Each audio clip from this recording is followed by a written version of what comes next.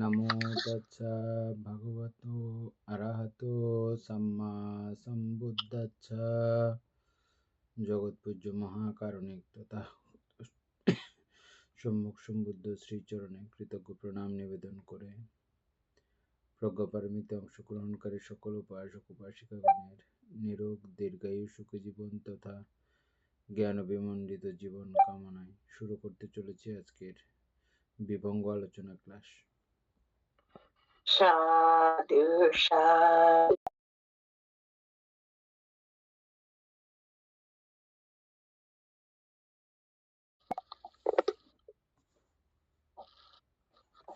আমাদের 1010 নাম্বার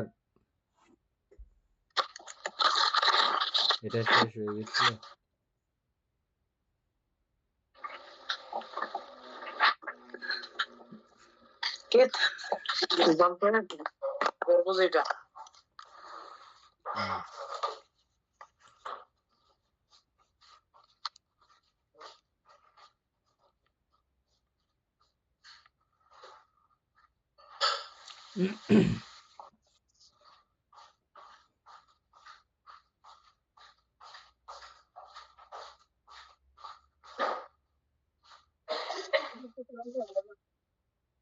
আচ্ছা না শেষে গেছিল বন্ধ করতে পারবে।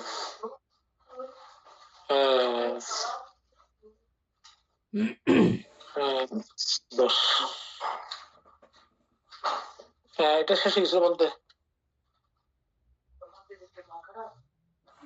11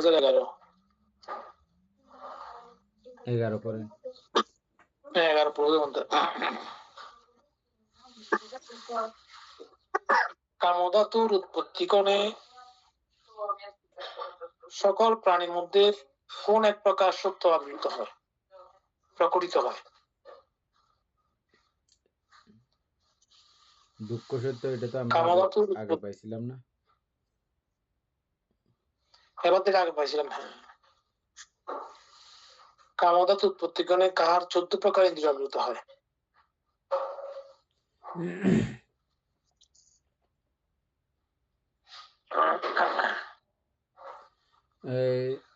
কামধাতু উৎপত্তিক্ষণে তার মানে দেবলোক তো কামধাতুর অন্তর্গত। হ্যাঁ, সেখানেও দুঃখ সত্যের উপলব্ধি হয়।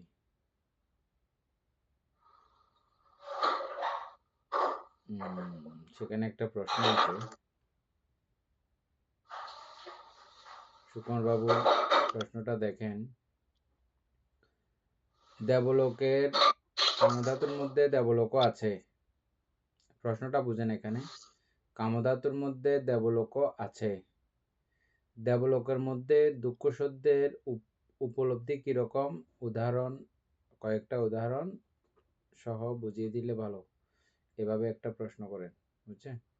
এই আর আগে যেভাবে ইয়ে করছিলেন সেভাবে। উপাসক 12।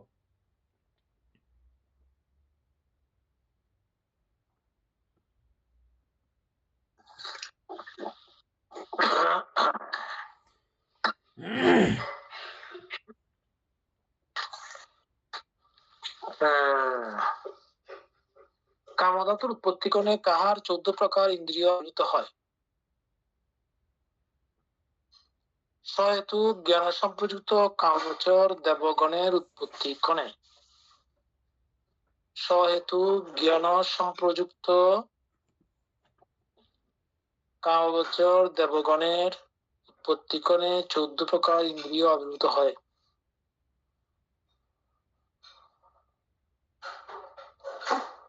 যথা চক্ষু ইন্দ্রিয়, শ্রোত্রেন্দ্রিয়,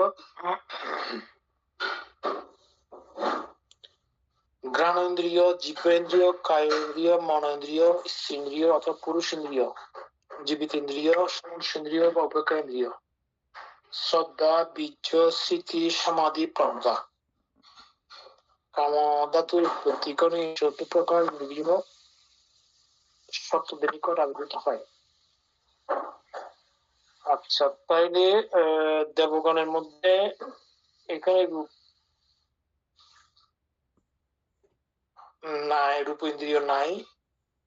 আচ্ছা, শব্দ, ওগুলো তো বাহ্যিক, ঠিক আছে। সরি, হ্যাঁ। চক্ষু, শ্রোত্র, ঘ্রাণ, জিহ্বা, কায়, মন। স্ত্রী, পুরুষ, জীবিত, সমনুষ্য, অপেক্ষা, শ্রদ্ধা, বীর্য, স্মৃতি, সমাধি, প্রজ্ঞা। তাহলে 14 প্রকার ইন্দ্রিয়। এই প্রজ্ঞাটাও উৎপত্তিক্ষণে উৎপন্ন হয় যে, তো সাংঘাতিক কথা। হ্যাঁ, এটা বলতে এরা তো জ্ঞান সম্পর্কিত, জ্ঞান সম্প্রযুক্ত, হয়তো জ্ঞান বলা হচ্ছে সে এই কারণে। জন্য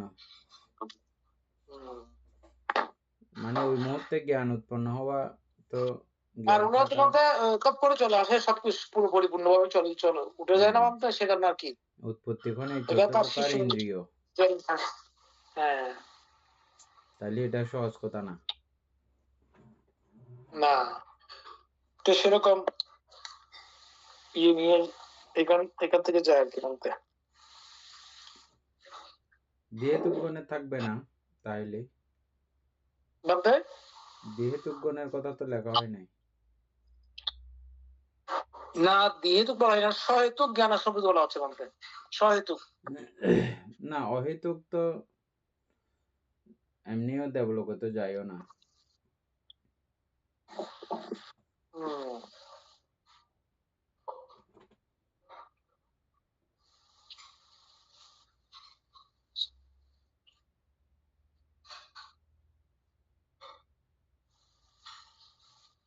আমরা মধ্যে ইন্দ্রিয় কতবার পড়ছিলাম তো মনে নাই, 14 প্রকার ইন্দ্রিয় বলা হচ্ছে এখানে। আবার কি হ্যাঁ, দাবিংশতি, এখানে তারা আরো দমনস্য 8টা ইন্দ্রিয় বাকি নাই রয়েছে। আর কি, দমনস্য ইন্দ্রিয় নাই, তারপর আরো 8টা যেগুলো আছে এগুলো, আচ্ছা, অকুশলের একটাও থাকবে না, অকুশলের এগুলো থাকবে না।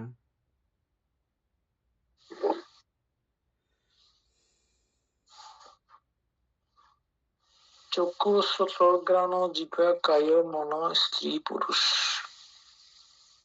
ওইখানে মধ্যে স্ত্রী পুরুষ আছে না?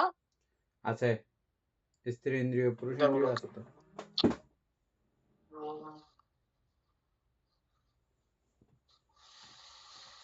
আচ্ছা, জিহ্বা যেহেতু জিহ্বা আছে, সমস্যা নেই, থাকবে তো।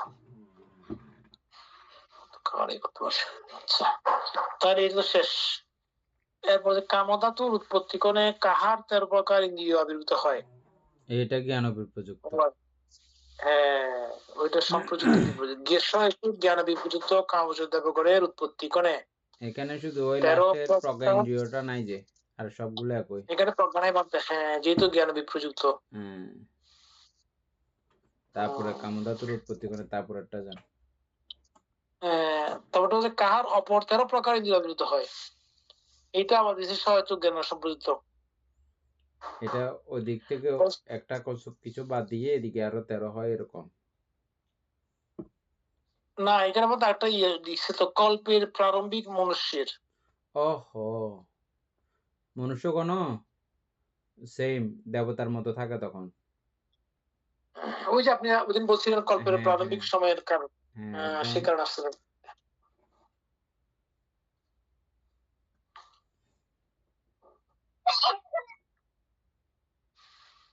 তাহলে ওনাদের কি বাদ যায় তখন? না, তখন কোনো কিছু বাতের তো ব্যাপার তো নাই।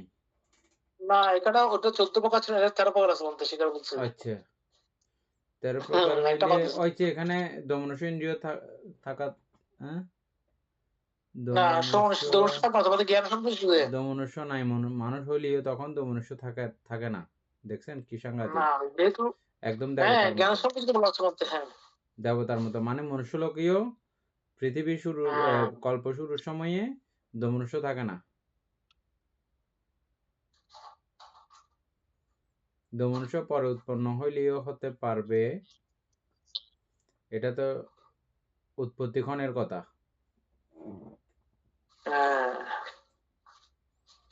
আর দেবগণেরও দমনস্য তো পরে উৎপন্ন হওয়ার কথা।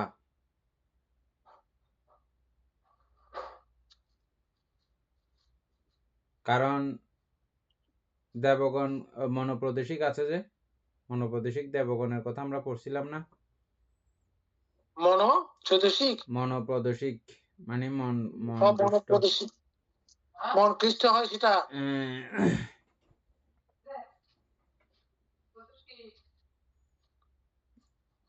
উৎপত্তির ক্ষণে নাই আর কি, পরে হবে। না, এটা উৎপত্তি করার কথা বলছে তো, পরে হতে পারে। ঠিক আছে। যেমন এই মনুষ্য কল্পের প্রারম্ভিক মনুষ্যের 13 প্রকার ইন্দ্রিয়ের কথা বলা হচ্ছে, এটাও তো প্রারম্ভিক হতে পারে। 13 প্রকারের মধ্যে কি কি এখানে একটু করে দেখে বলি। এখানে স্ত্রী পুরুষ ইন্দ্রিয় বাদ দিতেছে না।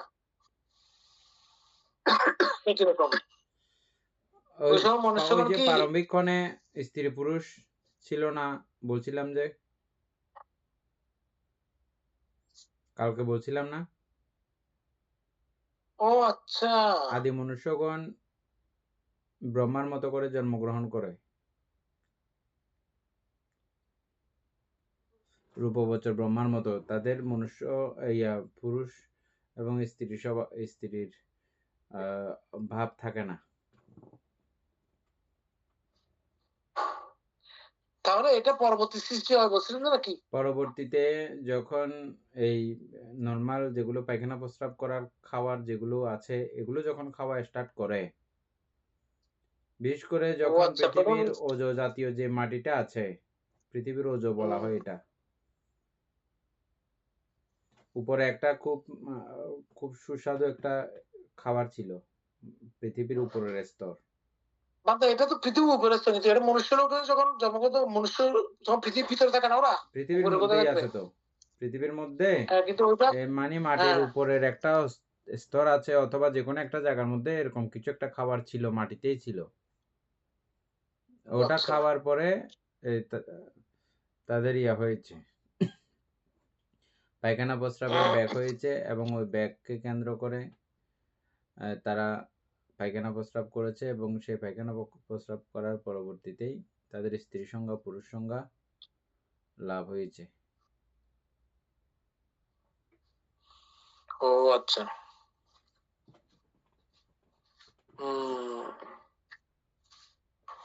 তখন কাপড় চোপড় ব্যবহার করার ব্যাপার ছিল না। হ্যাঁ, না ওটাই শুধু গতকাল বলছেন আপনি। হ্যাঁ। ও আচ্ছা, তাহলে গুরুত্বপূর্ণ বিষয় মনে থাকে না, তাহলে সমস্যা না। সহিত জ্ঞানের সময় কল্পের প্রারম্ভিক মানুষের 13 প্রকার ইন্দ্রিয় আবৃত হয়, স্ত্রী পুরুষ থাকে না। যাও, আচ্ছা, এটা হচ্ছে যে আমাদের মনুষ্যগণের মানে প্রধান রেকর্ড এটা, আমাদের মানে বুদ্ধ বিজ্ঞপ্তি অনুসারে এটা হচ্ছে যে আমাদের প্রধান রেকর্ড। এটা ছাড়াও কেউ যদি অন্যান্য প্রক্রিয়ার কথাও যদি বলে, এতেও আবার অস্বীকার করার কিছু নাই, সেটাও আমরা কালকে আলোচনা করেছি। এদিক থেকে এভাবে করতে করতেও এরকম হতে পারে, ওদিক থেকে এরকম যাইতে যাইতে এরকম হতে পারে।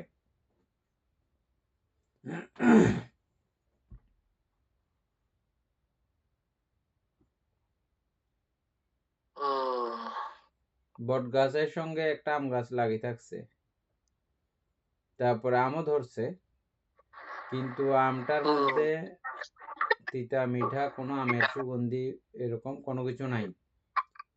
বট গাছের গোটার মধ্যে যেরকম থাকে এরকম মঙ্গল। আমি পুরো আশ্চর্য হয়ে গেছি তখন, মানে এটা সংমিশ্রণে কি হয়। বট গাছের সঙ্গে লেগে থাকছে যে আম গাছ,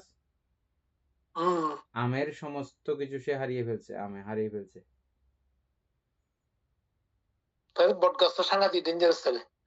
বট গাছ বলে কথা না, আমি এটা জাস্ট উদাহরণ দিলাম। যে কোনো গাছের সঙ্গে আপনি লাগাই দেন, যে গাছ বেশি শক্তিশালী হবে সেই গাছ ওই গাছকে সম্পূর্ণ। ও আচ্ছা, যদি শক্তিশালী হয়, কারণ আমরা ছোটবেলা দেখছি মধ্যে আম গাছের মধ্যে কতগুলা ওই গাছ উৎপন্ন হয় থাকে আর কি। আমও ধর ওইখানে কোনো সমস্যা নেই, ওই লাঠা জাতীয় গুলা ছোট আমরা এগুলো খাইতাম মনে হয়, ছোট ছোট গোল গোল, ছোট ছোট গোটা গোটা। বড়ই কলপ করা হয়েছে, কলপ করে আর কি। না, এটা বড় কলপ নেই, অটোমেটিক মানে পাকিয়ে, এখন বুঝতে পারতেছি পাকিয়ে কিছু খেয়ে ওখানে পায়খানা করতে, আর ওখান থেকে কাজটা বুঝে। হ্যাঁ, আচ্ছা, তাইলে 13 প্রকারটাও বুঝলাম। হ্যাঁ বলতে এক প্রকার সে 12 প্রকার। আচ্ছা সুমন একটু বার করছে নাকি জানি। কি একটা বাইর করার কথা ছিল যে? আচ্ছা, কি আমাকে বলছেন নাকি সুপ্রিয়া বাবুকে? না আপনাকে বলছিলাম বহুত আগে। তখন সুপ্রিয়া আসলে শুরুতেই মাত্র আসছে। আচ্ছা, তাহলে আপনি তো এটা শোনেন নাই না? প্রশ্নটি এরকম না বলতে অর্থাৎ কামধাতুর উৎপত্তি কোনে দেবলোকের দুঃখসত্য প্রথমে কিভাবে উৎপত্তি হয় এটাই তো হ্যাঁ, নাকি? দুঃখ সত্য না। হ্যাঁ, দুঃখ সত্য কিভাবে উৎপত্তি হয়, ঠিক আছে। দুঃখ সত্য মানতে ঠিক আছে। এইটা এভাবে লিখছে মানতে একটু পড়ি আর কি। অর্থাৎ বিশেষ করে অর্থাৎ তেরোয়াদ অভিধর্মের দৃষ্টি অর্থাৎ বিভঙ্গের মধ্যে কথাটা লেখা আছে এভাবে লিখছে। প্রশ্নটি একটু সূক্ষ্ম আর কি। আপনি জিজ্ঞাসা করেছেন কামধাতুতে কামলোকে দেবলোকের ক্ষেত্রে দুঃখ সত্য দুঃখ প্রথমে কিভাবে উৎপন্ন হয়। অভিধর্ম অনুসারে দেবলোকের জন্ম কোন সৃষ্টিকর্তার ইচ্ছায় নয়, বরং কর্মভব ও প্রতিসন্ধি চিত্তের মাধ্যমে ঘটে। দেবলোকের জন্ম হলে সেটি এখনো কামধাতুর অন্তর্ভুক্ত, তাই তা সম্পূর্ণ দুঃখ সত্যের ঊর্ধ্বে নয়। দুঃখ সত্যের উৎপত্তি এখানে এভাবে বোঝানো হয়। অবিদ্যা অর্থাৎ অবিদ্যার কারণে অর্থাৎ অবিদ্যা অর্থাৎ তৃষ্ণা থেকে কর্ম সাধিত সঞ্চিত হয়। সেই কর্মের ফলে প্রতিসন্ধি চিত্ত, প্রতিসন্ধি সঙ্গে সঙ্গে নামরূপ অর্থাৎ মানসিক ও শারীরিক উৎপন্ন হয়। নামরূপ উৎপন্ন হওয়ার সঙ্গে সঙ্গে পঞ্চ উপাদান স্কন্ধ উপস্থিত হয়। এই পঞ্চ উপাদান স্কন্ধ গুলোই অভিধর্মের দুঃখ সত্যের ক্ষেত্রে, কারণ এগুলো অনিত্য, পরিবর্তনশীল এবং শেষ পর্যন্ত ক্ষয়প্রাপ্ত। অর্থাৎ দেবলোকের দুঃখ সত্য প্রথমে কান্না, যন্ত্রণা বা কষ্ট হিসেবে শুরু হয় না, বরং জন্ম লাভ করা উপাদান স্কন্ধের অস্তিত্বটাই দুঃখ সত্যের অন্তর্ভুক্ত। দেবলোকের দুঃখ সত্য সূক্ষ্ম দীর্ঘস্থায়ী হতে পারে, কিন্তু তা অনিত্য, কর্ম নির্ভর, ক্ষয়শীল এবং পুনর্জন্মের চক্রের অন্তর্ভুক্ত। তাই অভিধর্মে বলা হয়েছে দেবলোকের জন্ম জাতি নিজেই দুঃখ সত্যের অন্তর্ভুক্ত, যদিও সেখানে দুঃখ বেদনা মানব লোকের মতো এই প্রকট নাও হতে। এতটুকুই বানতে দিছে যে ঠিক আছে। সেই দৃষ্টিকোণ থেকে সেই দৃষ্টিকোণ থেকে রূপবচর ব্রহ্মলোকেরও দুঃখ সত্যের অন্তর্গত এবং রূপবচর দুঃখ সত্যের অন্তর্গত হবে।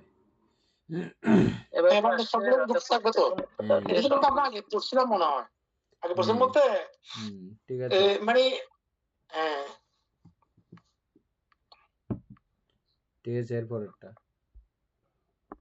আচ্ছা, তাহলে কামধাতুর উৎপত্তি কোণে কাহার 12 প্রকার ইন্দ্রিয় আবির্ভূত হয়? আচ্ছা, এটা কল্পে প্রারম্ভিক সময় উৎপন্ন সহেতু জ্ঞান বিপ্রযুক্ত মনুষ্যের কোণে 12 প্রকার বিভক্ত না হয়। এটা যারা দেহেতু থাকবে তাদের 12 প্রকার। আয় তো আরেক কান্নারি ভরা বঙ্গারি। ওকে যে আর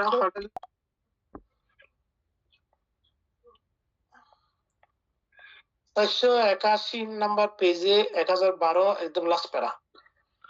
আচ্ছা, ধন্যবাদ।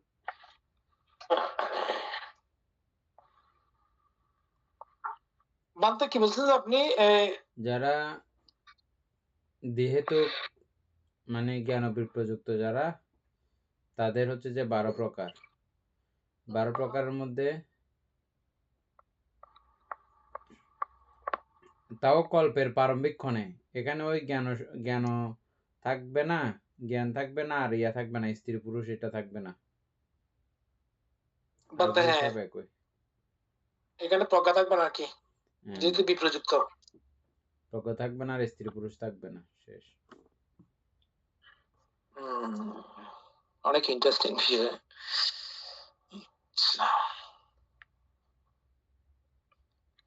কামধাতুর উৎপত্তি কোণে কাহার 10 প্রকার ইন্দ্রিয় আবির্ভূত হয়? উৎপন্ন হয়। সহেতু জ্ঞান সম্পৃক্ত গর্ভজ। এখন এটা পড়ার পরে আপনাদের ওই বিষয়টা এখন উপলব্ধি হবে, এই যে আমরা জ্ঞান সম্প্রযুক্ত অসংস্কারিক চিত্ত সংস্কারিক চিত্ত পড়েছিলাম যে এটা কোনটার ফলে কিরকম জন্মান্তর হবে, দেবলোকে গেলে কিরকম হবে, মনুষ্য লোকে গেলে কিরকম হবে, মনুষ্য লোকের প্রারম্ভিক কালে হইলে কিরকম হবে, এগুলো সবগুলো একটা আইডিয়া হয়ে যাবে এখন। তারপরে এবং এগুলো আইডিয়ার সঙ্গে সঙ্গে প্রত্যেকটা চিত্ত বানানোর কলা কৌশল উৎপন্ন হবে। মানে চিত্রটা আমি কিভাবে বানাবো, সারাদিনের চিত্রগুলো কিভাবে হবে, চিত্র বানাবো বলতে চিত্র বানানোর কার্যক্রম ওভাবে করে রাখলে ওইভাবে হতে থাকে। কিরকম? উদাহরণস্বরূপ হচ্ছে যে আপনি আমাদের বিবিধ খাবার জিনিসের দোকান থাকে না, আপনি যেটা বানাবার জন্য জিনিসপত্র আগে থেকে রেডি করে রাখছেন ওটাই তো ওখানে বানানো হয়। ঠিক আছে। তো সামগ্রিক জিনিসপত্র না থাকলে কেমন বানাবেন? সামগ্রিক জিনিস যেগুলো যেগুলো আপনি ওটা বানানোর জন্য রেডি রাখছেন ওরকমই হবে।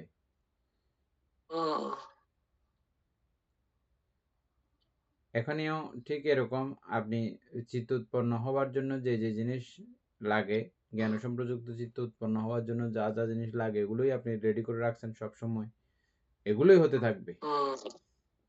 আর অকুশল চিত্ত বানানোর জন্য সব রেডি করে রাখছেন, অকুশল চিত্তই হবে।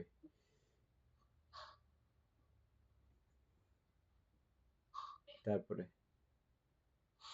ঠিক আছে।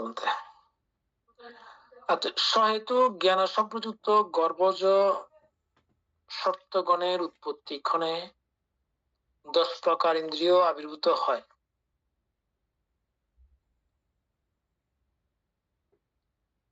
কায়, মন, স্ত্রী, পুরুষ, জীবিত ইন্দ্রিয়, সমনুষ্যেন্দ্রিয়, উপেক্ষা ইন্দ্রিয়, শ্রদ্ধা, বীর্য, স্মৃতি, সমাধি, প্রজ্ঞা। কি বলবো, প্রজ্ঞা উৎপন্ন হয়ে যাবে বলতে পড়ে রাখছে তো। সুকন বাবু এগুলো সব আগে পড়ে ফেলছিল তো।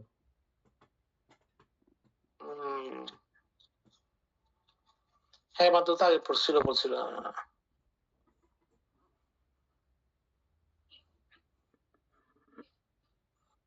বলতে এখন এই মনুষ্য লোকে বিষয়টা এটা না, হ্যাঁ, এটা হচ্ছে জ্ঞান সম্প্রযুক্ত, সহিত জ্ঞান সম্প্রযুক্ত জরায়ুজ যখন হবে তখন 10 প্রকার উৎপত্তি ক্ষণে। ও আচ্ছা,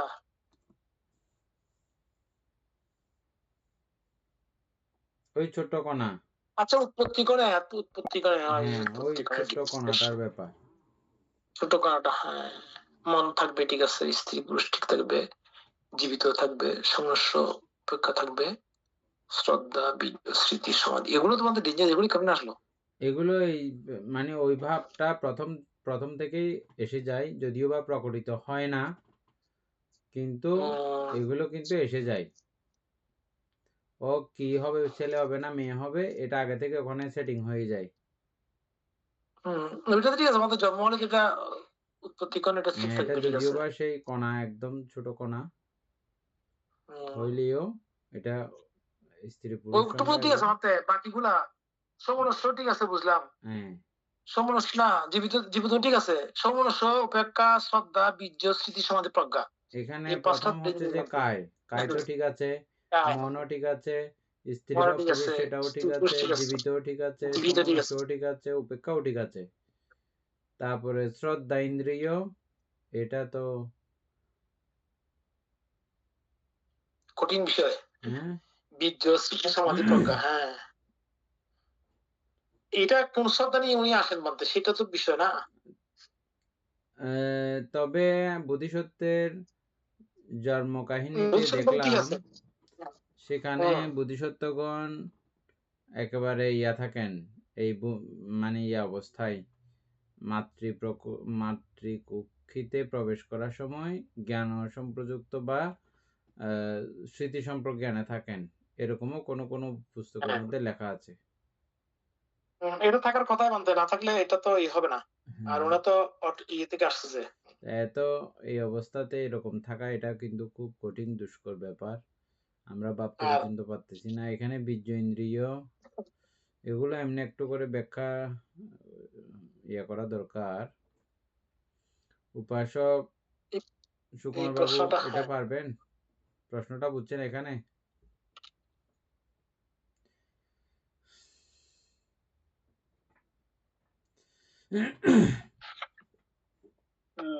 বানতে কিভাবে লিখতে হবে জানাই সুপ্রিয়া বাবু আসছে তো বানতে আমাকে সুপ্রিয় বাবু এই প্রশ্নটা বুঝছেন এখানে আমরা কি বলতে চাচ্ছি? আমরা কায়টা কোন রকম মিলাইছি মন, স্ত্রী, জীবিত, সমনুষ্য, উপেক্ষা, এবার হচ্ছে যে শ্রদ্ধা। ওই উৎপত্তি ক্ষণে শ্রদ্ধা কিভাবে উৎপত্তি হয় বা কিভাবে থাকে ওখানে ওই মুহূর্তে? পাঁচটা দিক না, শ্রদ্ধা, বীর্য, স্মৃতি, সমাধি, প্রজ্ঞা। হ্যাঁ, শ্রদ্ধা, বীর্য, স্মৃতি, সমাধি, প্রজ্ঞা। এগুলো কোন ধরনের মানুষের ক্ষেত্রে, মনুষ্যগণ কোন ধরনের জরাজীব মনুষ্যগণের ক্ষেত্রে এগুলো কোনো নির্দিষ্ট করে বলে নাই। জ্ঞান সম্প্রযুক্ত, সহেতুক জ্ঞান সম্প্রযুক্ত, তার মানে সবাই সহেতুক জ্ঞান সম্প্রযুক্ত সবাই যত জন্মগ্রহণ করে সবার বেলা।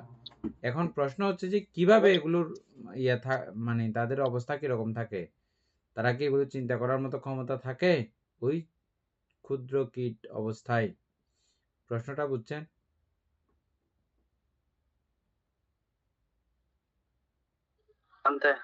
আমি জিজ্ঞেস করতেছি এটা। ঠিক আছে, উপাসক এরপর একটা। আচ্ছা, এটা আসলে খুব গুরুত্বপূর্ণ জানার বিষয়। কামধাতু উৎপত্তি কাহার 9 প্রকার ইন্দ্রিয় উৎপন্ন হয়? সহেতুক জ্ঞান বিপ্রযুক্ত সত্যগণের। আচ্ছা, এখানে বিপ্রযুক্ত যেহেতু আছে প্রজ্ঞা থাকবে না, এটাই তো নাকি? এটাই, আর কিছু না। তারপরে ওটা জানলে এগুলোর বিষয়ও একসঙ্গে কমপ্লিট হবে, ক্লিয়ার হবে। হ্যাঁ, তারপর হচ্ছে কামধাতু উৎপত্তি কোণে কাহার অপর 9 প্রকার ইন্দ্রিয় আবির্ভূত হয়? এইখানে উপাধিক প্রেতগণের, অসুরগণের, তির্যক জাতি, নারকীগণের, এটা আমরা আগে যেটা পড়ছিলাম ওইটাই মনে হয় পড়ে দিচ্ছে। পরিপূর্ণ আয়তন সম্পন্নের উৎপত্তি ক্ষণে 9 প্রকার ইন্দ্রিয় আবির্ভূত হয়। কি পরিপূর্ণ আয়তন সম্পন্নের উৎপত্তি ক্ষণে? এটা হচ্ছে যে ইয়াগণের প্রেত অসুর, তবে উপপাতিক তারা জরায়ুজনা। হ্যাঁ ঠিক আছে, বুঝলাম মানতে, কিন্তু বলা হচ্ছে পরিপূর্ণ আয়তন সম্পন্নের উৎপত্তি ক্ষণে 9 প্রকার ইন্দ্রিয় আবির্ভূত হয়। তাহলে এটা কি বোঝানো হচ্ছে এখানে? পরিপূর্ণ আয়তন বলতে এখানে উপপাতিক ভাবে জন্মগ্রহণ করে যে তাদের পরিপূর্ণ সবকিছু নিয়ে, যা যা থাকার সবকিছু একসঙ্গে নিয়েই আসে। সেখানে আছে যে 9 প্রকার উৎপন্ন হয়, যে পরিপূর্ণ হয় আছে যে তাদের 9 প্রকার। অসুর, তারপরে তির্যক, নারকী, প্রেত। তাই কি কি আছে দেখেন যথা। বলতে এখানে শ্রোত্র, চক্ষু, শ্রোত্র, ঘ্রাণ, জিহ্বা, কায়, মন, স্ত্রী, পুরুষ, জীবিতেন্দ্রিয়, উপেক্ষান্দ্রিয়। কামধাতু উৎপত্তি কারণে এই 9 প্রকার ইন্দ্রিয় ইহাদের নিকট আবির্ভূত হয়।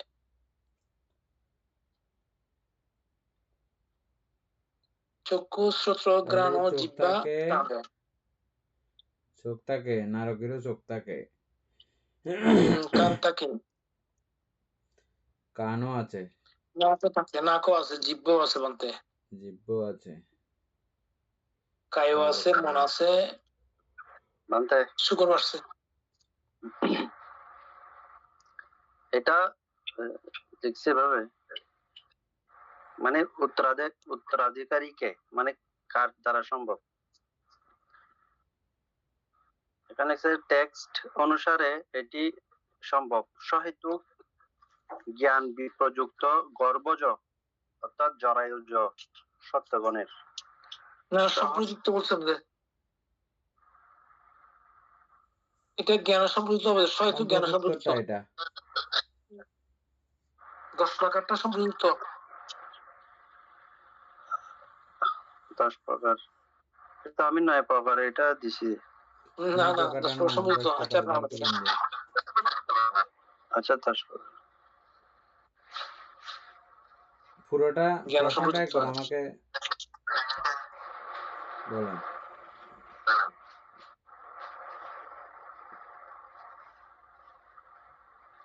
উপাসক সুপ্রিয় বাবু, প্রশ্নটা একবার বলেন।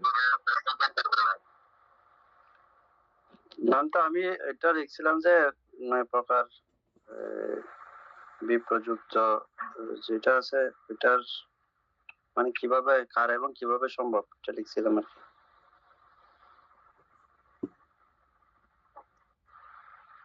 আমি 1 মিনিট এটা আমি দিতেছি 10 প্রকারের এটা। ঠিক আছে। 10 প্রকার সাহিত্যিক জ্ঞান সমুদ্র বুঝো সত্যগুণ উপাসক কিভাবে শ্রদ্ধা বীর্য শ্রুতি সমাধি প্রজ্ঞা ইন্দ্রিয় গুলো উৎপন্ন হয়। তাহলে এখানে আচ্ছা তাহলে দেখি 9 প্রকারের মধ্যে আছে যে প্রেতগণের, অসুরগণের, তির্যক। না 8 প্রকার বানতে তির্যক নরি, হ্যাঁ 9 প্রকারের মধ্যে হ্যাঁ চোখ, নারকি চোখ আছে, কান আছে, কান নাক আছে, আছে, নাক জিহ্বা আছে, আছে, জিহ্বা আছে, মন, কায় আছে, মনও আছে, স্ত্রী পুরুষ দুইটাই আছে, জীবিত আছে, উপেক্ষা আছে, ওদের উপেক্ষা ইন্দ্রিয় আছে মানতে না।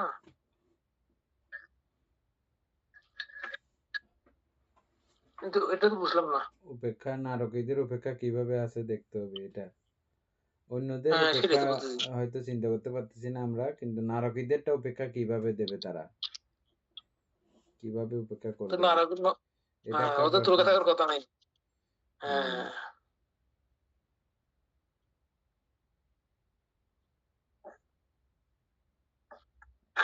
ওটা শেষ হইলে এটা ইয়ে করতে হবে। দেখতে তারপর হবে। 8 নাম্বার। আচ্ছা, কাহার 8 প্রকার ইন্দ্রিয় আবির্ভূত হয় উপপাতি প্রেতগণের।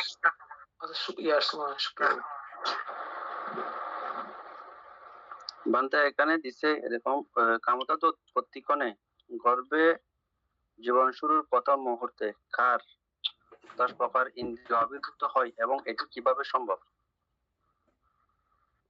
প্রশ্নটা এরকম লিখছি, কার সম্ভব। টেক্সট অনুসারে এটি সম্ভব সহেতুক জ্ঞান সম্প্রযুক্ত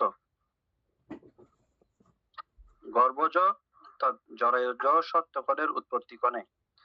সহজ বাংলায় অর্থ আমাদের মতো যেসব মানুষ বা প্রাণী মায়ের গর্ভে জরায়ু থেকে জন্ম নেয় এবং যাদের পূর্বকৃত মহৎ পুণ্যকর্মের প্রভাবে জন্ম মুহূর্তের প্রতিসন্ধি চিত্তটি অত্যন্ত উচ্চ স্তরের বা দিব্য জ্ঞান সহ উৎপন্ন হয়, তাকে বলা হয় জ্ঞান সম্প্রযুক্ত জ্ঞান বা প্রজ্ঞা সহকারে ত্রিহেতুক জন্ম। কিভাবে সম্ভব। 10টি ইন্দ্রিয়ের নিখুঁত গাণিতিক হিসাব। মায়ের গর্ভে ভ্রূণ গঠনের আদি মুহূর্তে চোখ, কান, নাক, জিভ ইত্যাদি স্থূল অঙ্গগুলো অনুপস্থিত থাকা সত্ত্বেও যে 10টি সূক্ষ্ম ইন্দ্রিয় আত্মপ্রকাশ করে তার সুনির্দিষ্ট গাণিতিক চক নিচে দেওয়া হলো। ক, শারীরিক বা রূপ ইন্দ্রিয় 3টি। কায় ইন্দ্রিয় গর্ভে প্রথম মুহূর্তে ভ্রূণের ত্বকের সূক্ষ্ম সংবেদনশীলতা বা স্পর্শ অনুভূতির ক্ষমতা। 2, জীবিত ইন্দ্রিয় ভ্রূণটিকে পারমার্থিকভাবে বাঁচিয়ে রাখার আদি জীবন শক্তি। 3, স্ত্রী ইন্দ্রিয় বা পুরুষ ইন্দ্রিয় জীবটি নারী নাকি পুরুষ হবে তার লিঙ্গ নির্ধারণকারী রূপ যে কোনো একটি থাকবে। এবার আসতেছে মানসিক বা অনুভূতি ইন্দ্রিয় 2টি। মন ইন্দ্রিয় জন্ম মুহূর্তের মূল মন বা প্রতিসন্ধি চিত্ত। সমনুষ্য ইন্দ্রিয় বা উপেক্ষা ইন্দ্রিয় এই জন্মক্ষণে মানসিক অনুভূতিটি কেমন হবে, তা আনন্দের নাকি নিরপেক্ষ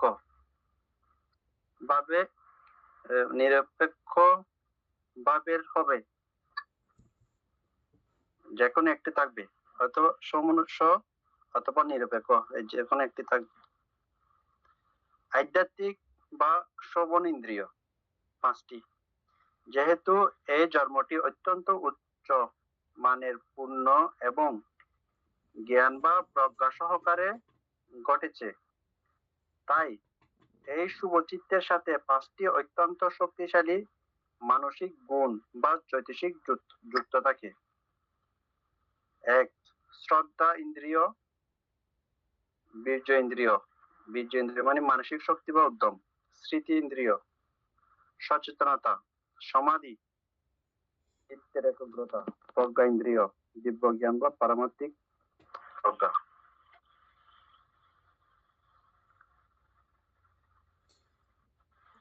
এখানে প্রশ্নটা হচ্ছে যে মানে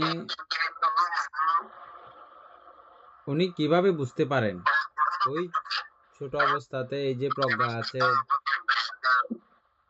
এই যে শ্রদ্ধা আছে, এটা কিভাবে তার ওই ভ্রূণের কি এটা উপলব্ধি হয় বা উপলব্ধি না হয়েই ওগুলো থাকে, বা কিরকম? প্রশ্নটা ছিল যে এরকম। বান্তে আমি শ্রদ্ধা ইন্দ্রিয়টা একটু ব্যাখ্যা করি, তারপর অন্যগুলো বুঝে যাবেন আর কি। অর্থাৎ এখানে কামদাতির প্রতিকণে কোন কোন ইন্দ্রিয় একসঙ্গে উদ্ভূত হয়, সেটা বলা হচ্ছে। আপনি বিশেষ করে জানতে চেয়েছেন শ্রদ্ধা ইন্দ্রিয়, আমি অন্যগুলো যেগুলো এখানে বিস্তারিত আসছে সেগুলো আর পড়ি না, যে জন্য এটা বুঝতেছি। শ্রদ্ধা ইন্দ্রিয়ের ব্যাপারে জানতে চাইছি যে আর কি কিভাবে উৎপত্তি হয়। অভিধর্মী শ্রদ্ধা কোনো আলাদা বা আত্মা বা বস্তু নয়, এটা একটি চৈতসিক বা মানসিক উপাদান, অর্থাৎ চিত্তের সঙ্গে একত্রে জন্ম নেয়। এখানে মূল কথা, কামধাতুর প্রতিসন্ধি কোণে যে প্রতিসন্ধি চিত্ত উৎপন্ন হয়, তার সঙ্গে কিছু চৈতসিকও একসঙ্গে জন্মায়। ওই চা লাগবে না উপাসক, বুঝছি। হ্যাঁ, আরো মানে এখানে অনেক কিছু যুক্ত করতে আর কি। ঠিক আছে, বুঝছি। এভাবে প্রমাণ হয় সবগুলো। উপাসক, এটা ভ্রূণের উপলব্ধির কোনো ব্যাপার না। আমরা এখন চিত্ত উৎপন্ন করার সময় আমাদের ওই চৈতসিক গুলো তো এমনিতেই ছিল, তো ওটা প্রতিসন্ধি ক্ষণে গেলেও ওই অবস্থাগুলো সঙ্গে নিয়ে চলে এবং ওটাকে কেন্দ্র করেই তার উৎপত্তি হয়েছে। ওই সুবাদে আছে যে, বুঝছেন, ওর যে বুঝার ক্ষমতা আছে এগুলো ওরকম না, ওই ভ্রূণের বুঝার ক্ষমতা আছে এরকম নাই। উপাসক সুপ্রিয় বাবু, বুঝছেন?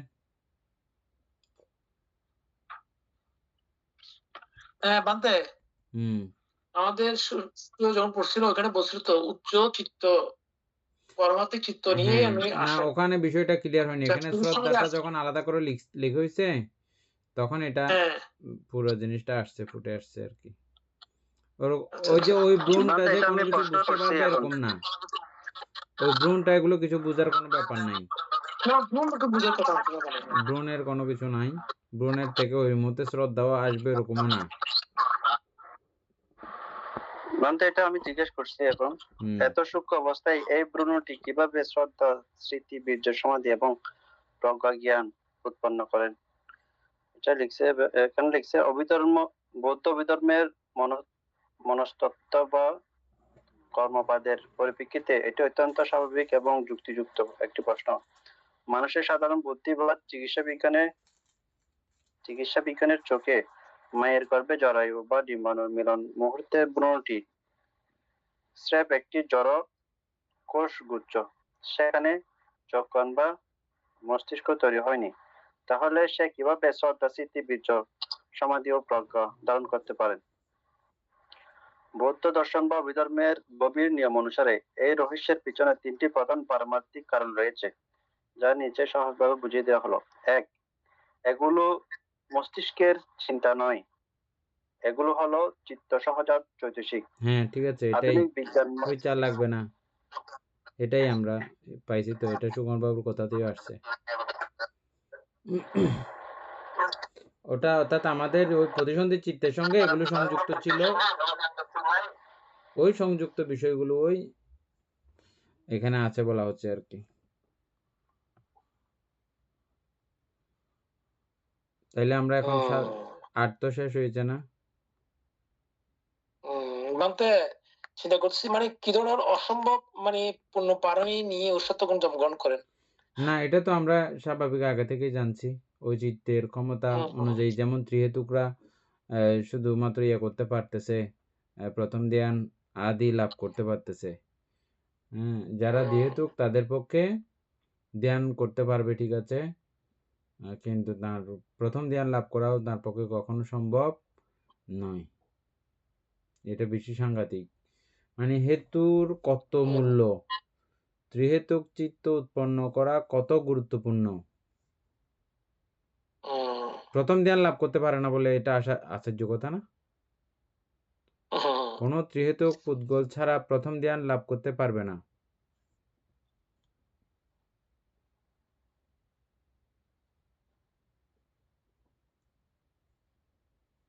আর ত্রিহেতুক হইলেও বীজ নষ্ট করে ফেললে পঞ্চ অনন্তরিক কর্মের মাধ্যমে তাও শেষ।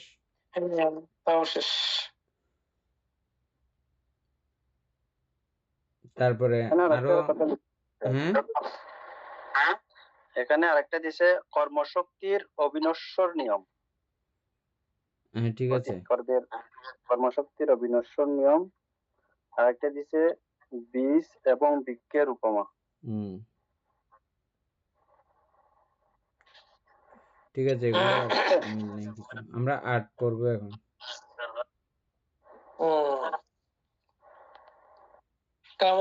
আচ্ছা বলতো আরেকটা ওইটা একটু জেনে নিতে ভালো হবে। আচ্ছা, আরেকটা কি ছিল যে উপপাতিকদের নারকীদের উপেক্ষা, এটা কোথায় ছিল যে কত নম্বরে? এটা কামধাতুর অপর 9 প্রকার ইন্দ্রিয় আবির্ভূত হয়। ওটা আমরা পড়ছি 10 পরে 9 এর পরে নারকীদের উপেক্ষা ইন্দ্রিয় কিভাবে প্রতীয়মান হয় বা কিভাবে তারা উপেক্ষা কিভাবে করতে পারে? না, শুধু নারকীদেরটা, অন্যদেরটা হয়তো আমরা কোন রকম মিলাইতে পারতেছি, কিন্তু নারকীদের তো এটা দুঃখ ভোগ করে করেই তারা চলতেছে না, উপেক্ষা কিভাবে হবে? ওই নারকীদের উপেক্ষা কিরকম? আচ্ছা বলতে কোনো ওই সময় হয় নাকি নারকীদের যখন ওদের মানে উৎপত্তিকণের কথা? ওদের শাস্তি শেষ হওয়ার না, শেষ না তো, এটা উৎপত্তিকণের কথা। সরি, উৎপত্তিকণের হয়, ঠিক আছে। হ্যাঁ, এই উৎপত্তিক্ষণে উপেক্ষা ইন্দ্রিয়, আচ্ছা না হয়তো মিলছে তো, এটা আর দেখতে লাগবে না। উপেক্ষা ইন্দ্রিয় হচ্ছে যে ওই সময়ের কথা, আপনি যখন চিত্ত সম্পাদন করেছিলেন যখন, তখনকার কথা, সেই তখন ওই উপেক্ষা ইন্দ্রিয় তখন ছিল, বুঝছেন? সেই চিত্ত শক্তি চৈতসিক শক্তির মাধ্যমে আর কি, এটা এটা কি ওই প্রতিসন্ধিকালের কথা বলছেন আপনি? হ্যাঁ, প্রতিসন্ধিকালের কথা, প্রতিসন্ধিকালের কথা, এবং প্রতিসন্ধি চিত্ত যেটা, ওই চিত্তের সঙ্গে এটা অ্যাড করা, এই উপেক্ষা ইন্দ্রিয়টা আগের গুলো এখন যেটা পড়ছি যেভাবে সেম কন্ডিশন, সেম কোয়ালিটি। আচ্ছা, এভাবে হলে ঠিক আছে, দেখছেন মিলছে?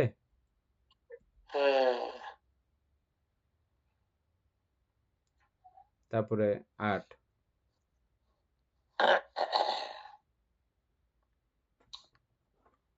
আচ্ছা 8 পড়ছিলাম তোমার। এখন কাহার কামধাতু উৎপত্তিকণে কাহার অপর 8 প্রকার ইন্দ্রিয় আবির্ভূত হয়?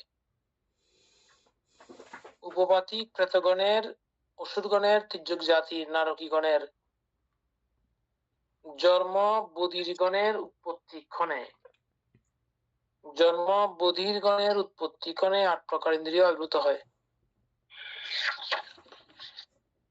এই জন্মবুদ্ধি তো এটা তো জরায়ু জনাবন্ধ নাকি? না, জরায়ুজ হতে হবে না, সবগুলো উপপাদিকদের কথা।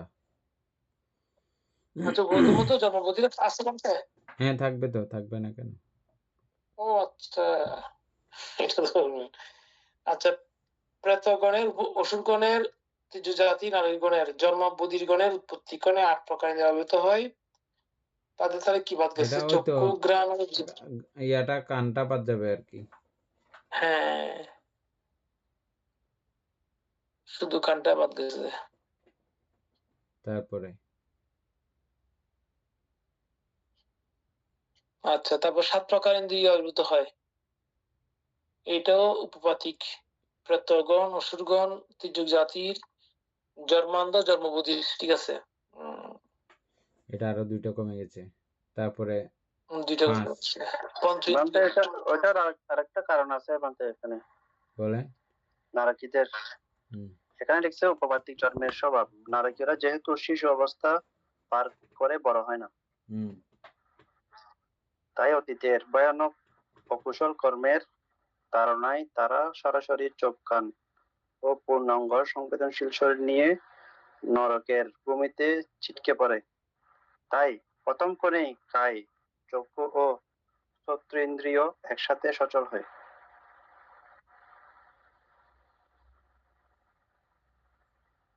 নারকীদের ক্ষেত্রে বলতে না, আপনি তো প্রশ্নটা করেন নাই তো, আর আমাদের প্রশ্ন সেটা ছিল না। আমি প্রশ্ন লিখছিলাম যে নারকীদের উৎপত্তি করণে কিভাবে 9 প্রকার ইন্দ্রিয় আবির্ভূত হয়। 9 প্রকার লেখলে ঝামেলা হয়ে যাবে, 9 প্রকার লেখা যাবে না এখানে। আমাদের ঝামেলা হয়েছে শুধু একটা নিয়ে, উপেক্ষা। আপনার মোবাইলের মধ্যে কিছু একটা জিনিস ইয়ে হচ্ছে, অথবা সাউন্ড বক্স ফিটিং করা হয়েছে, কিছু একটা ব্যাপার আছে যার প্রেক্ষিতে আমাদের আপনি সাউন্ড খুলে রাখলে মোবাইল আমার পাশে থাকলে সাউন্ড রিপিট করবে, তাই সাথে থাকতে। হ্যাঁ, এটা কম্পন সিস্টেম আর কি, লাউড স্পিকার আছে সেখানে। আর কারো মোবাইলে হচ্ছে না যে আপনারটাতে হয় যে শুধু? মনে গাড়িতে বানতে নাকি? না, গাড়িতে না। না, গাড়িতে না, মোবাইলটা আমার বুকের কাছাকাছি আছে তো, আমি হাতের উপর রাখছি যে সেজন্য সাউন্ড রিপিট করতেছে। না, আমাদেরটাও লাউড স্পিকার, এই জন্য বলতেছি আর কি। সুকুমার কি বোঝাচ্ছিল মনে হয়? সুকুমার বাবু বলে। না, এটা বানতে ওই আপনি যেটা বলছেন সেটাই ঠিক আছে। এটা আসলে ওই তাও সূক্ষ্মভাবে বুঝতে হবে। আমরা যে ওই প্রতিসন্ধি চিত্ত যে পড়ছিলাম আর কি বানতে, হ্যাঁ, অকুশল এবং অকুশলের কারণে যে 19 প্রকার প্রতিসন্ধি বিজ্ঞান আছে, এখানে যে প্রতিসন্ধি বিজ্ঞানের সন্তিরণ চিত্ত একটা আছে না অকুশলের আর কি, ওই মানে সেভাবে মানে তো নারকীদের জন্ম নেয় আর কি প্রথম করে। হ্যাঁ, সেটার কারণে আর কি বুঝাচ্ছি যে আমি পুরাপুরি নেই আর কি, মানে ঠিক আছে, হয়ে চা লাগবে না দ্রুত।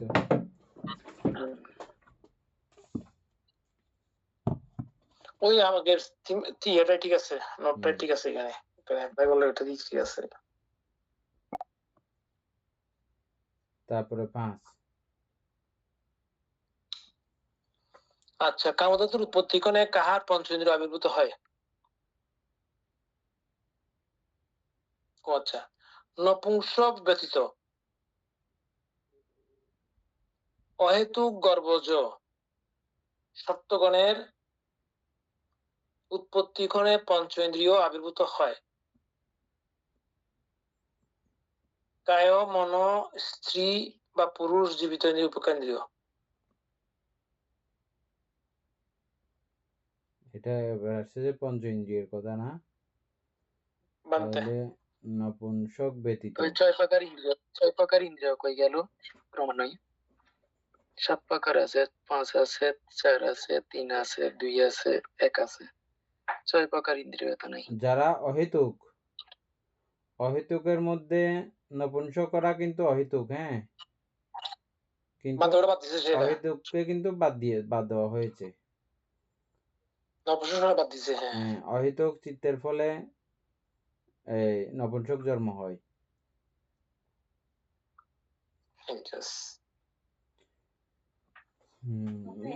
কিন্তু শূন্য না তো অবশ্যই কোনো নয়, তোমাদের মনুষ্য আসতে পারবো না। তারপরে তাহলে যথা হচ্ছে যে এখানে কায় ইন্দ্রিয়, কায় ইন্দ্রিয়, মন ইন্দ্রিয়, স্ত্রী পুরুষ ইন্দ্রিয়, জীবিত ইন্দ্রিয়, উপেক্ষা।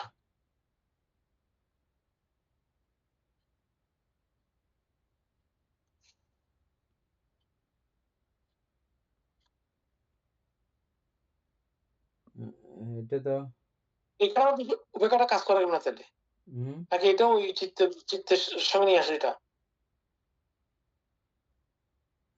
এটা হচ্ছে যে শুধু অহৈতুক চিত্তের বেলায়, অহেতুক গর্ভজ সত্যগুণের, হ্যাঁ। ওইখানে উপেক্ষাটা কেমনে কাজ করে সেটা বুঝতেছে না। উপেক্ষা কাজ করবে ওইভাবে আগের মতো সিস্টেমে, অহেতুক চিত্ত দিয়ে মনুষ্যলোকে জন্মগ্রহণ করা যায়, কিন্তু মনুষ্যলোকে জন্মগ্রহণ করলে তারা হয়তো নপুংসক হবে, আর না হলে এই তারা হাত পা এটা সেটা নানা জাতীয় অঙ্গভঙ্গি থাকবে, অথবা পাগলা থাকবে,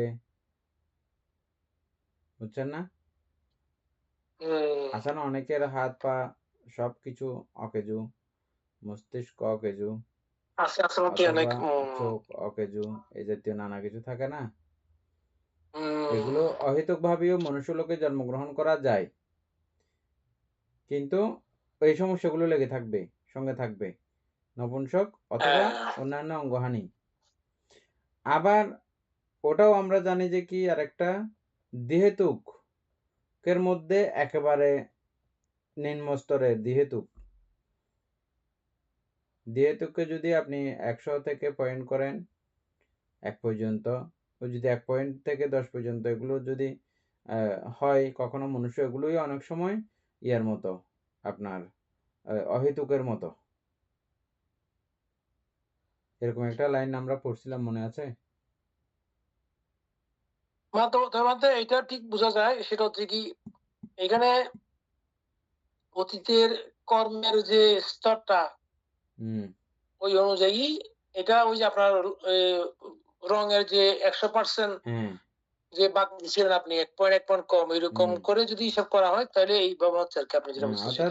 দ্বিহেতুক ঠিক আছে, দ্বিহেতুক তো ভালোভাবে জন্মগ্রহণ করার কথা না, আমরা তো এটাই জানি, কিন্তু সেখানে আমরা একটা বিষয় পড়েছি কি দ্বিহেতুকরাও অনেক সময় এই অহেতুকের মতো করে জন্মগ্রহণ করে, অহেতুক জন্ম হয়, জন্ম লাভ করে,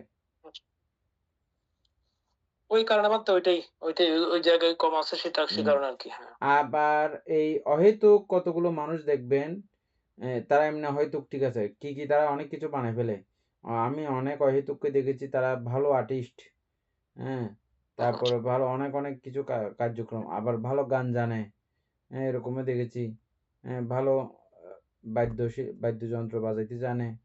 এক একজনের এক একটা এরকম কেন হয়েছে? ওই যে অহেতুক ঠিক আছে, অহেতুকের মধ্যে একদম খুব হাই লেভেল, অনেক উচ্চ, ওনাদের কিছু শক্তি এরকম ছিল, বলতে বীজ ছিল, সে কারণে ওরকম বীজ থাকার কারণে এরকম হয়েছে। আর সেটা ছাড়াও মা বাবার কিছু চেষ্টার ফলেও এরকম অহেতুকরা অনেক সময় হয় কিছু।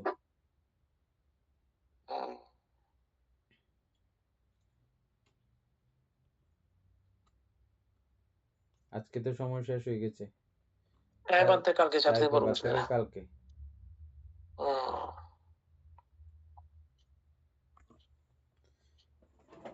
সদ্ধর্মপ্রাণ প্রিয় উপাসক উপাসিকা বৃন্দ,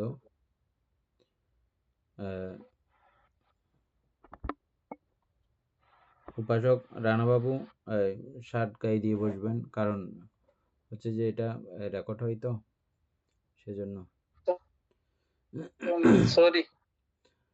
সদ্ধর্মপ্রাণ প্রিয় উপাসক উপাসিকা বৃন্দ, এতক্ষণ যাবৎ আমরা বিভঙ্গ আলোচনা করেছি। এতে আমাদের অপ্রমেয় পুণ্য সাধিত হয়েছে। পুণ্যরাশি অনন্ত চক্রবাসী সত্যগণকে দান করছি, গুরুহাদিদেবকে দান করছি, মাতা পিতাগণকে দান করছি এবং এই পুণ্যের কাছে আমরা প্রত্যেকে প্রার্থনা করব নির্বাণ লাভ অবধি অসৎ ব্যক্তি, মূর্খ ব্যক্তি, পাপমিত্রের সংসর্গ লাভ না করে সদা সর্বদা জ্ঞানদর্শী কল্যাণ মিত্রের সান্নিধ্য সংসর্গ লাভ করতে সক্ষম হই। এই রূপ সাধু সংকল্প পোষণ করে আজকের মতো ক্লাস এখানে সমাপ্ত করছি। সাধু সাধু সাধু।